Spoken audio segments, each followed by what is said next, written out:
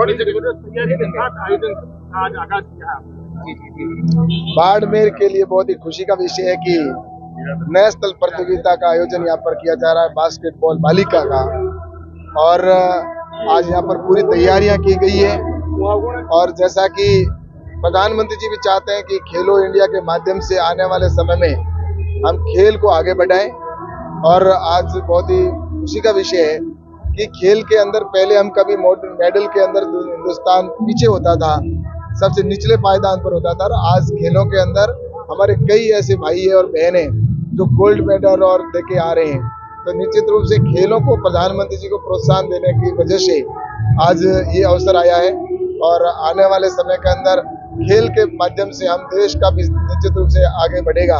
और यहाँ पर भी जो हमारी बहनें आई है आज खेल यहाँ पर बास्केटबॉल खेलने के लिए, तो ये भी आगे जाकर पूरे देश का नाम रोशन करेगी। और इन्हीं में से ही बच्चियां जो निकलेगी, जो आज इनके हाथ में अपने प्रदेश का झंडा है, तो आने वाले समय इनके हाथ में देश का तिरंगा भी होगा। तो इसी में शुभकामना भी देता हूँ।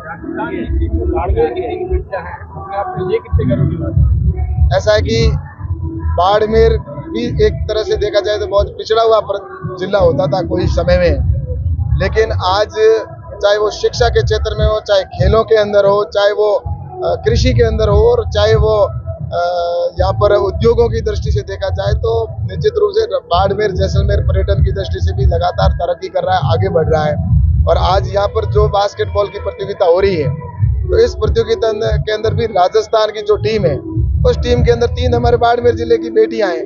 तो ये हम सब के लिए बड़ा गर्व का विषय है कि कभी गाँव के अंदर इन रेगिस्तान के दौरों में खेल को इतना प्रोत्साहन भी नहीं मिलता था। और उसी का परिणाम था कि वो हमारी जो प्रतिभाएं थी वो यहीं की यहीं छुपी रह जाती थी, दबी रह जाती थी।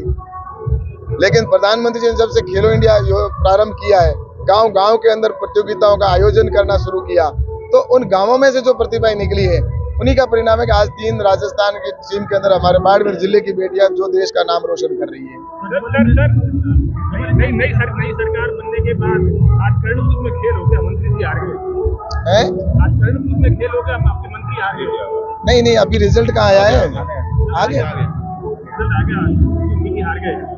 ऐसा है, देखिए कि चुनाव है और चुनाव के अंदर उस समय में जो निर्णय होता है वो जनता सर्वोपरि है, जनता का निर्णय है। और मुझे ये जरूर कहना है कि हमारी तरफ से पूरे प्रयास किए। और अभी तक जहाँ तक है कि मुझे तो ये उम्मीद है कि अगर रिजल्ट, मेरे को अभी तक की जानकारी नहीं है कि रिजल्ट क्या आया है, लेकिन निश्चित रूप से आप देखा है कि राजस्थान के अंदर भारतीय जनता पार्टी की सरकार बनी है। और राजस्थान के अंदर आने वाले समय के अंदर राजस्थान की जनता को जो उम्मीद है उसके ऊपर ये निश्चित रूप से हमारी सरकार काम करेगी। डबल इंजन की सरकार है, नरेंद्र मोदी जी के नेतृत्व की जो सरकार केंद्र में है, तो आने वाले समय के अंदर हम राजस्थान के अंदर वो विकास करेंगे जो जनता ने उम्मीद की है, जो हमारे संकल्प पत्र में था।